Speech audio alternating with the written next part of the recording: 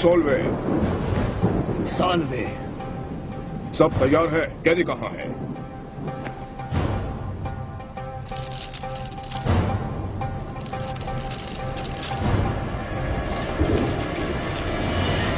ये है। ये है। इतना बड़ा खतरा है कि इसे निर्जन द्वीप पर पटक दिया गया।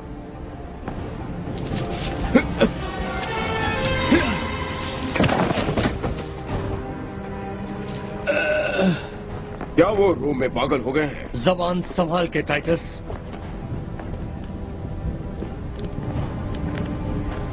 सचमुच ये यहाँ क्यों है? डोमिनस एडियस। क्या? डोमिनस एडियस, प्रभु और परमेश्वर। सम्राट डोमिटियन मांग करते हैं कि उन्हें यहीं बुलाया जाए। और केवल एक ही प्रभु और परमेश्वर है जिसकी मैं सेवा करता हूँ। तो इसीलिए उन्होंने यहाँ पर भेजा है उसे। सम्राट को परमेश्वर मानने से इनकार करने पर वो उसे मार ही क्यों नहीं देते? उन्होंने कोशिश की, सिवाय इसके कि वो मरा नहीं।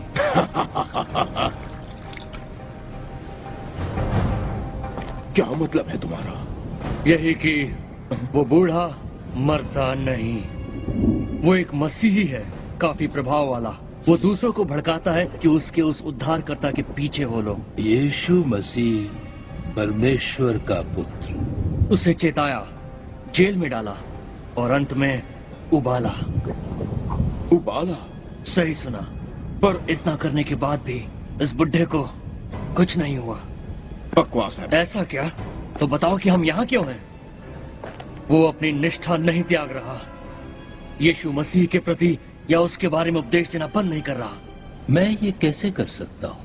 यीशु ने मेरे लिए अपनी जान दे दी और तुम्हारे लिए भी, हर एक के लिए, हमारे पापों की भरपाई के लिए क्रूस पर मरा और हमें परमेश्वर के करीब लाने के लिए वो मुर्दों से भी जी उठा और जीवित है और हमें अपना साक्षी ठहराया है।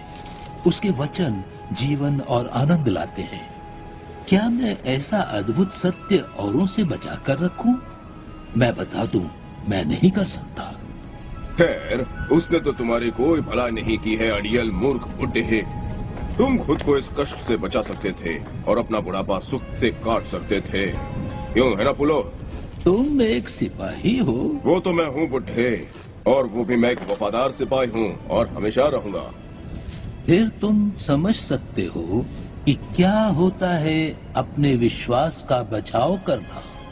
मेरा सौभाग्य है कि मैं यहाँ हूँ मसीह के लिए, इन जंजीरों में, इस निर्जन द्वीप पर। और तुम क्या सौभाग्यशाली हो अपने साम्राज्य के लिए यहाँ? उसने तुम्हें निरुत्तर कर दिया टाइटस। यहाँ पर सब पागल ही क्यों आते हैं? पर तुम्हें कैसे पता बड़े मियाँ? तुम कैसे यकीन से कह सकते हो कि ये यीशु ही वो है? उसने क्या कहा? परमेश्वर का पुत्र।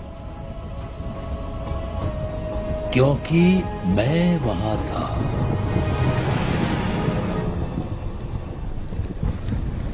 वहां चिन्ह थे आदिकाल से ही, और एक भविष्यवाणी कि प्रभु स्वयं तुम्हें एक चिन्ह दिखाएगा। देखो, एक कुंवारी गर्भवती होगी और एक बेटी जनेगी और उसका नाम इमैनुअल रखेगी, जिसका अर्थ है परमेश्वर हमारे साथ। एक कुंवारी? एक कुंवारी? ये असंभव है। परमेश्वर के लिए नहीं। उन्होंने गलील के एक नगर में एक स्वर्गदूत भेजा, एक कुंवारी के पास।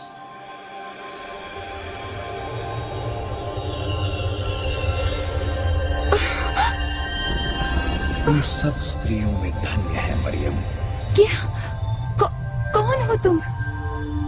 हे मरियम, भयभीत न हो, क्योंकि परमेश्वर का अनुग्रह तुझ पर हुआ है। तू गर्भवती होगी और तेरी एक पुत्र उत्पन्न होगा। तो उसका नाम यीशु रखना।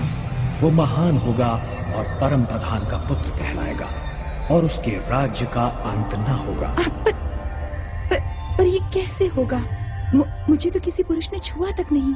पवित्र आत्मा तुझ पर उतरेगा और वो पवित्र जो उत्पन्न होने वाला है परमेश्वर का पुत्र कहलाएगा। भविष्यवाणी को सत्य बनाता एक बालक जन्मा और यूसुफ जो व्यवसाय से बढ़ई था और एक नेक आदमी था, परमेश्वर द्वारा चुना गया उनका संरक्षक बनने को। पर कुछ थे जो उस बालक से घृणा करते थे और उसे हानि पहुंचानी चाहिए।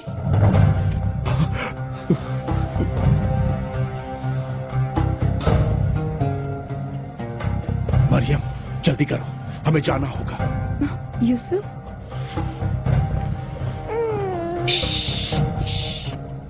क्या बात है? तुम क्या कर रहे हो? ये बच्चा, इसे खतरा है।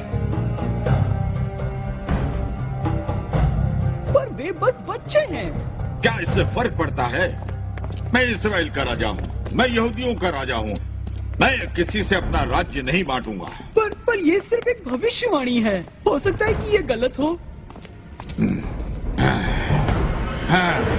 क्या लिखा है इसमें? पर तू बेतलहम, हालांकि तू यहूदियों के हजारों में से छोटा सा है, फिर भी तुझसे निकलकर मेरे पास आएगा इजराइल में से एक शासक।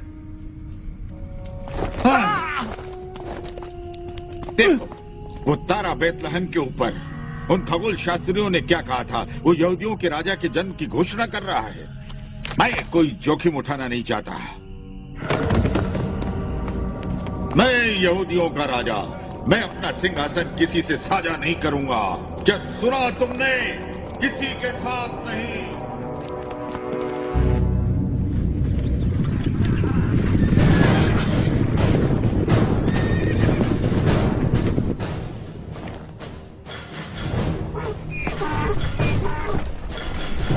मेरे बच्चे, मेरे नन्हे यीशु, जल्दी आओ।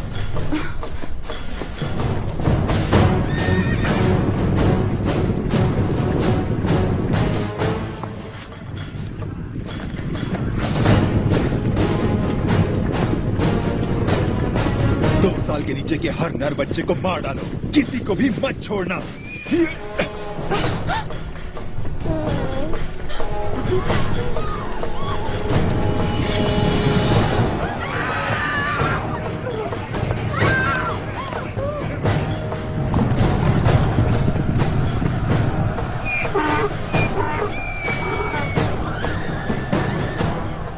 वो परिवार मिस्र भाग गया और वहीं रहा जब तक राजा हेरोदेस की मृत्यु न हुई। उसके बाद वे इस्राएल वापस लौटे, जहां यीशु अपने माता पिता के घर रहा जब तक कि वो 30 वर्ष का नहीं हो गया। पर वो क्या होने का दावा करता है? ये यूहन्ना बपतिस्मा देने वाला। बिल्कुल, यही तो हमें पता लगाना है और वापस महायाजक को खबर देनी है। ये सभी मूर्ख अज्ञानी इस आदमी के गिर्द भीड़ जुटाए हैं। उनकी तरफ देखो तो उन्हें मंदिर में होना चाहिए था, यहाँ बाहर नहीं इन पागल जैसे लोगों के साथ। प्रायश्चित करो, क्योंकि परमेश्वर का राज्य निकट है। प्रभु के लिए मार्ग तैयार करो। देखो, वो फिर से आगे अंद्रियास से संदेह और प्रश्न पूछने के लिए। हमें बचा लें, हम उद्धार पाने के लिए क्या करें? प्रायश्चित करो। यदि तुम उद्धार चाहते हो तो वही करो जो शास्त्र वचन में लिखा है। प्रभु के लिए मार्ग तैयार करो, उसके रास्ते सीधे करो। उद्धार पाने के लिए हम क्या करें? मूसा की व्यवस्था का पालन करें, वही तो है। सांपो, हम प्रायश्चित करो। तुम हमसे कह रहे हो मन फिराओ? जो मूसा की व्यवस्था का पालन तुम जैसों से कहीं ज्यादा सावधानी पूर्वक करते हैं। मन फिराएं किससे? तुम सोचते हो कि तुम परमेश्वर को स्वीकार हो सिर्फ इसलिए क्योंकि इब्राहिम तुम्हारा पिता है। पर मैं तुमसे कहता हूँ, परमेश्वर इतने सक्षम है कि इन पत्थरों से भी अपने लिए संतान उत्पन्न कर सकते हैं। समझे? बहुत हुआ। हमें साफ साफ बताओ, क्या तुम मसीह होने का दावा करते हो? वो मसीहा जिसे परमेश्वर भेजेंगे हमें बचाने के लिए? मैं ही वो हूँ जिसका शब्द जंगलों में पुकार रहा है। प्रभु के लिए मार्ग तैयार करो। मैं तुम्हें पानी से बपतिस्मा देता हूँ, पर वो जो मेरे बाद आने वाला है वो मुझसे कहीं महान है। मैं तो उसके जूतों के बंद खोलने के योग्य भी नहीं हूँ। मैं तुम्हें पानी से बपतिस्मा देता हूं, पर वो तुम्हें बपतिस्मा देगा पवित्र आत्मा से और आग से। हमने बहुत सुन लिया, असल में ज्यादा ही। तुम मेरे पास आए हो यीशु? नहीं, तुमसे तो मुझे बपतिस्मा लेना चाहिए। फिर भी हम यहाँ परमेश्वर की इच्छा पूर्ण करने आए, स्वयं की नहीं।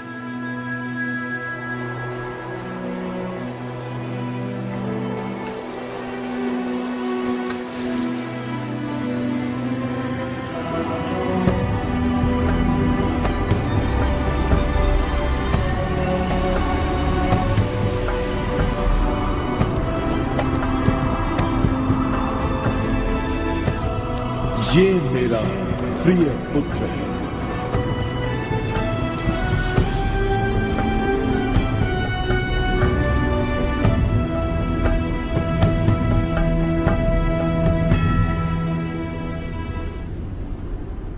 अपने बपतिस्मे के बाद यीशु मरुस्थल में गए एकांत में प्रार्थना करने और उपवास रखने। उनका शरीर कमजोर हो गया बिना भोजन के 40 दिन तक, परंतु उनका आत्मा सुदृढ़ रहा। यीशु, ओ यीशु, 40 दिन उपवास के, बहुत बढ़िया। देखो तो, स्वादिष्ट।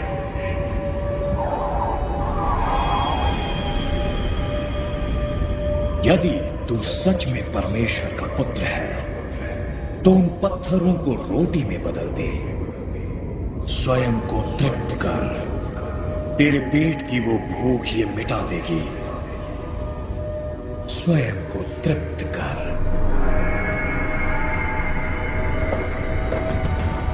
ये लिखा है, मनुष्य केवल रोटी से ही जीवित न रहेगा, परंतु परमेश्वर के निकले हर वचन से।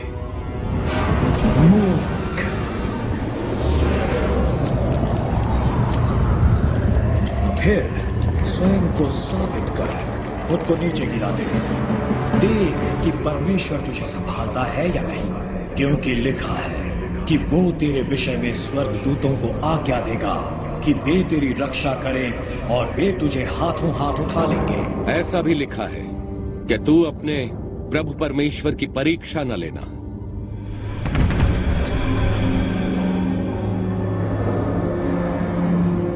ये सब तेरे लिए है और वो सब जो उसमें है। यदि तू नीचे गिरे और मेरी उपासना करे तो जरा सोच, मैं तुझे सेनाएं दूंगा। राजा यीशु। नहीं, दूर हो जा मुझसे शैतान।